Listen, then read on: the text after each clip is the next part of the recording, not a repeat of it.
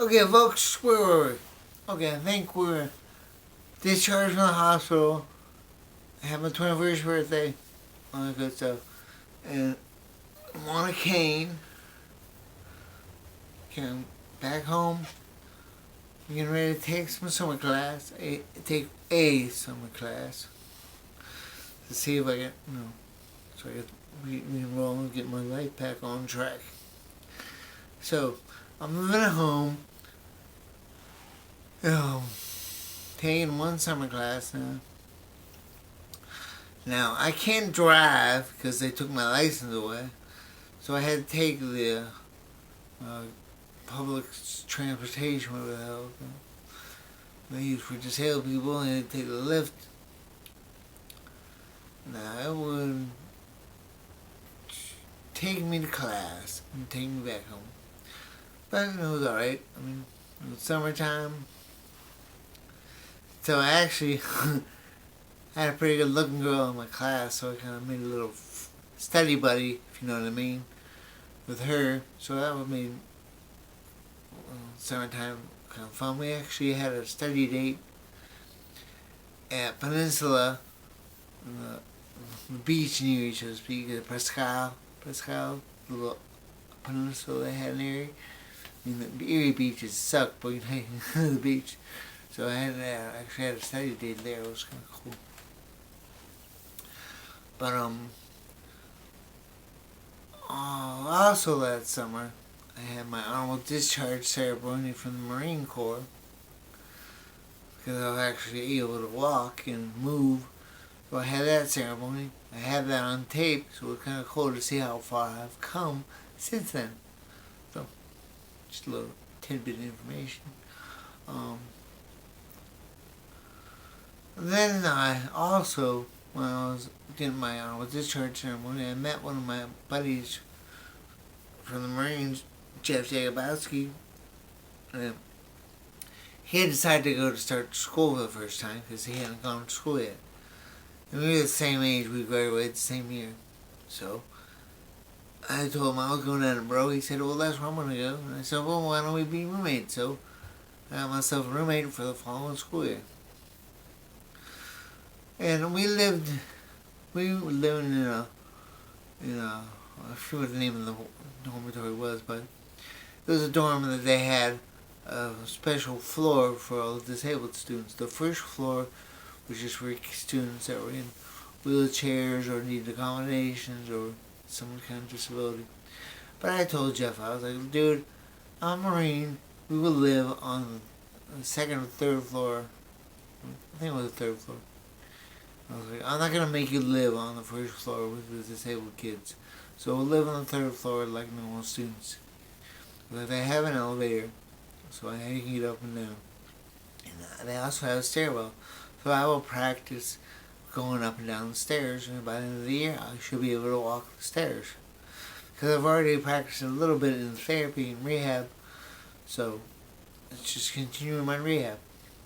So I decided we're going to live on the third floor. And I was stubborn ass about that. I was like, I'm not living on the first floor like someone in a wheelchair. I worked my ass off to get out of a wheelchair, and I'm not going to do that. I'll make you live on that floor. So we went to school. And the first semester was kind of tough because, they made me take a full load. For me to get any kind of assistance for school through voc rehab, I had to go down to Jamestown, Pennsylvania during the summer and get tested and treated like a lab rat to see what was my best skill or best career I would undertake. And they determined that the best thing for me to take was accounting. So, okay, I guess they want me to sit on my ass all my life and be fat and nasty, but whatever. So, I had to take accounting, which was, accounting one was no problem. I got a B in it. But I wasn't able to get anything higher than a C in another course because it was just so much information, taking a full load, and trying to navigate the college and learn how to transport myself and get around and do all the other shit that I had to do now, which was now a challenge to me, which was never a challenge before. because I was not injured before. So school is a little more difficult than I thought it would be, but so be it. So the whole first semester was a treat. Jeff ended up liking rooming with me, and he ended up moving out in the spring, so I had the room all to myself, which was kind of cool, but whatever, dude. So I had a room to myself for the rest of the spring semester. Even not halfway through spring. And or something. I don't fucking remember. Don't matter. But my dad, that following spring of '98,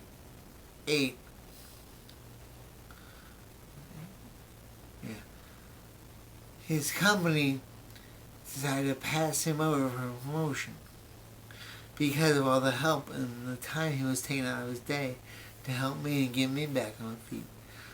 So they passed him over for a promotion. So he was rather perturbed about it, if you want to say that.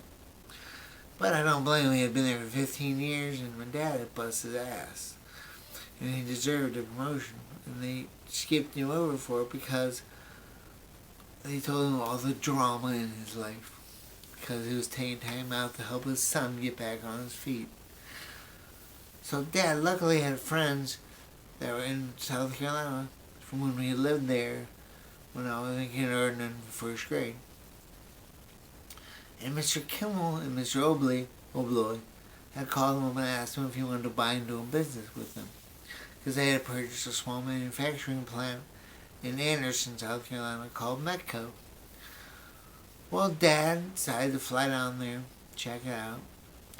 And he decided that, yeah, he was going to sell all his stock in Lord Corporation, invest it into the small business, and become part owner.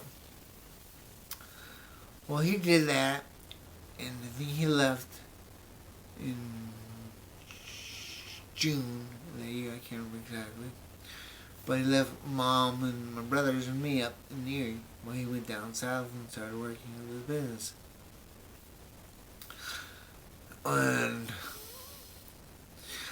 I had got buddies, made him friends, and decided to get an apartment with me for the next school year. So I decided to stay at school, live in my apartment. Well, I came home for a couple weeks, but then moved it back to school, lived in my apartment.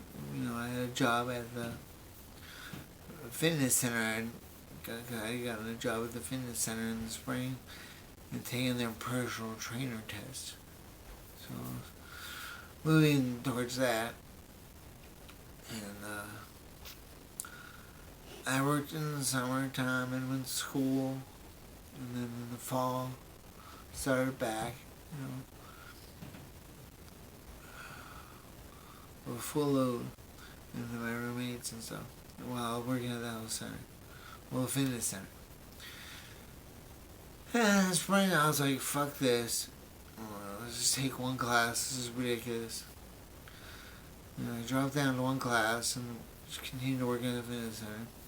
I actually became a personal trainer through the health club. And I decided, you know what? I'm going to move from here. I quit school and moved to Raleigh, North Carolina. And try living with my dad for the first time ever. Because he had decided to move his family to Raleigh, North Carolina to get closer to me. So, he had been in Texas for 15 years. 15 is a nice round number. It's everything. So like I said, my dad moved to Raleigh, North Carolina. My family moved to Anderson, South Carolina. And I was up in Erie, Edinboro, Pennsylvania, still going to school. So I decided, I put out a request for interviews, got an interview with a health club in Raleigh, flew down during spring break for the interview, stayed with my dad, and checked everything out, and decided to move down there at the end of the semester. And I had a vehicle. I had my parents' old caravan, so I had got the door fixed, so it was working now. So, at the end of the semester, I packed up my caravan and moved down to Raleigh, North Carolina. Oh boy. And then I got a job working at Gold's Gym. I worked there for 9 months. I had some interesting experiences in Raleigh. Because Raleigh was just starting to boom. It was starting to get bigger and bigger. And I had fun trying to get around the city with all the different street signs and names. And I'd be driving down the street and be like one street, one name. And suddenly you change to another name. I'm like, what the hell, what am I? And this is back before GPSs were really readily available, so I kind of had to figure out where the hell I was going the old school way with the map and all that good stuff. So I don't think I had a cell phone back then. So it was interesting, rather interesting. But I lived with my dad for 9 months. I spent the 2000 New Year in Raleigh. Actually, I had a couple of days in Raleigh too, but no one really stuck. So. Then in February, I'm at work one day, and the owner comes in. Oh, well, okay, cool. No big deal.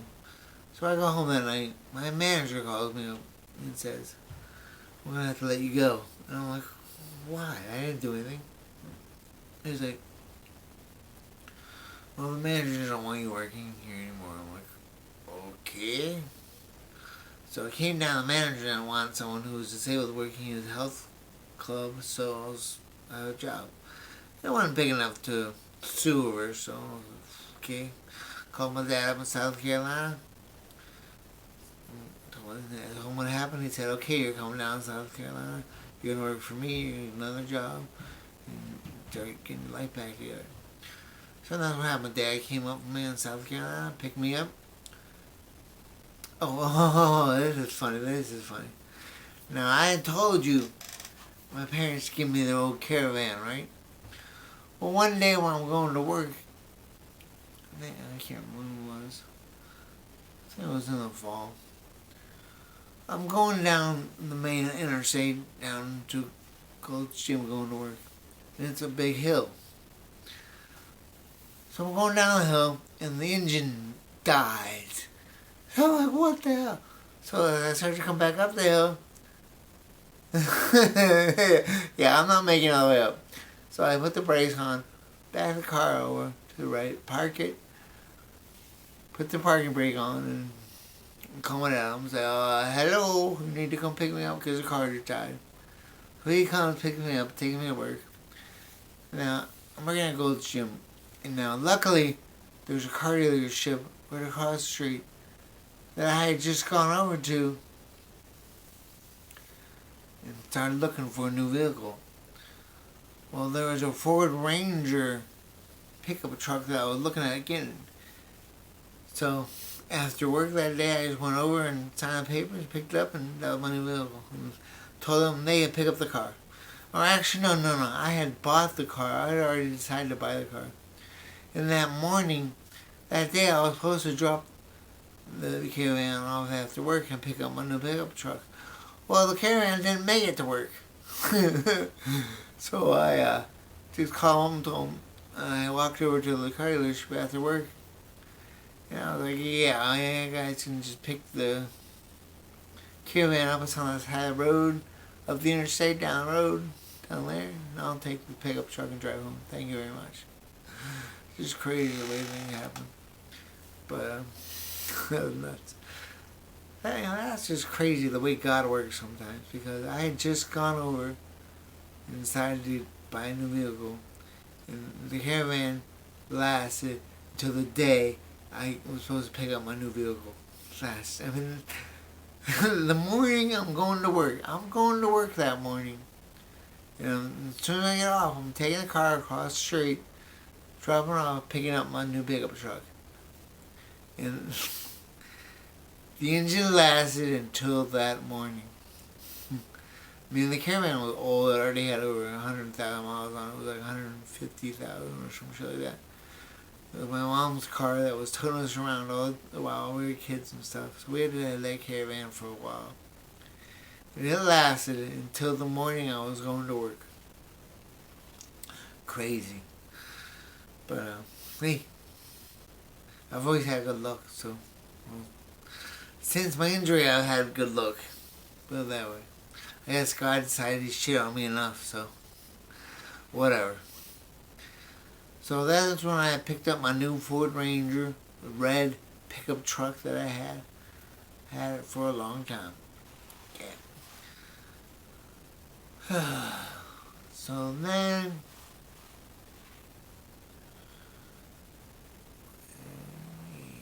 And then, I think that was in January. Then they fired me and like, maybe that wasn't, I don't know. But then I got fired for being disabled. So then I moved to South Carolina, started working for Dad at Metco, and getting a second job, eventually working at Red Lobster as a host. Now the manager who was working at Red Lobster at first was awesome. Her name was Vicky. She adored me. Because I was there every Friday, Saturday, and Sunday working. I was always on time. So, but then, I worked there for 2 years. So it's 2002. Spring of 2002. And Vicky gets a promotion to the district manager. So she leaves. And another lady who used to work there comes, and she's a new manager. Her name is Carolyn. Well, Carolyn didn't like me for some reason. She's had something against sale people or something, I don't know. But she'd make me take names every night. But I had to stand there at the podium and write people's names down as I came in. Once it got busy. And I was pretty irritated at that because Carolyn should have known that I couldn't write that well. So, it's July now, and I've been doing this for like 3 or 4 months, and I was just tired of it.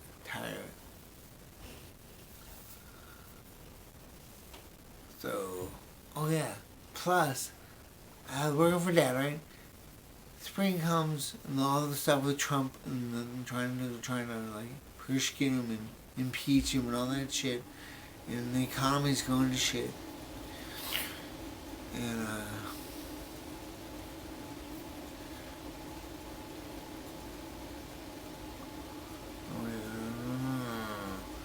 this the whole shit with not Trump that was really wrong.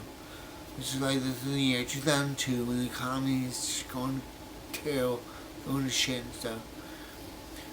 Stock market's crash and everything. So Dad's business isn't doing as well as it should be. So, in March of 2002, he decides he has to lay me off. I'm like, what the hell? You gonna lay off your own son? So I go on unemployment. I'm still working at Red Lobster, so I'm okay. And I took out my disability, so, whatever. I'm doing fine financially. Then, in July of that year, Carolyn, the new manager, who's been making me go to the freaking podium every night. So, I'm just sick and tired of her bullshit. So I carved Carolyn as a bitch into the podium. I mean, there's all kinds of other carvings in it from over the years, kids carving shit, but I just carved Carolyn as a bitch in it. And she comes up later that night. About half an hour later, whatever. She sees it and she just turns around, points to the door, like, get out. And I'm like, see ya! And that was my last night working at Red Lobster. I couldn't put up with that shit anymore. So I was on unemployment for a while, but I had a disability, so it was fine. Then I finally met someone on Match who actually was in Houston, Texas. And I was like, cool, I've been to Houston many times, you know. It's a pretty cool city. So she tells me that she's a manager at a restaurant and stuff, and I don't have any kids, all that stuff. And I'm talking to her all the way, and we finally get the thing, well, why don't you come down and visit? And she buys me a ticket, and I go down and visit her. Well, no, before that happened, I finally figured out that she's not who she says she is. The pictures she's sending to me are fake. You know, I don't know if it is called, but you know, she's set up this fake profile, set up the fake story, stuff. She's really this young single girl who's kind of overweight, who has a son who's like 5 or 6, but. So I'm like, okay, fine, whatever. I'm not doing that great, so I'll come down. You're gonna buy me a ticket? Fine, I'll come down and visit you. So I move down there, fly down there. Well, what the hell? I hate Anderson. I'm sick of Anderson and other rednecks. So I decided to move to Houston, Texas. That was the end of October 2002. I ended up staying. That's a whole nother story going into all the shenanigans that happened in Houston, so I think we'll end this bit there. So the next time we'll start talking about Houston. Okay. Thank you.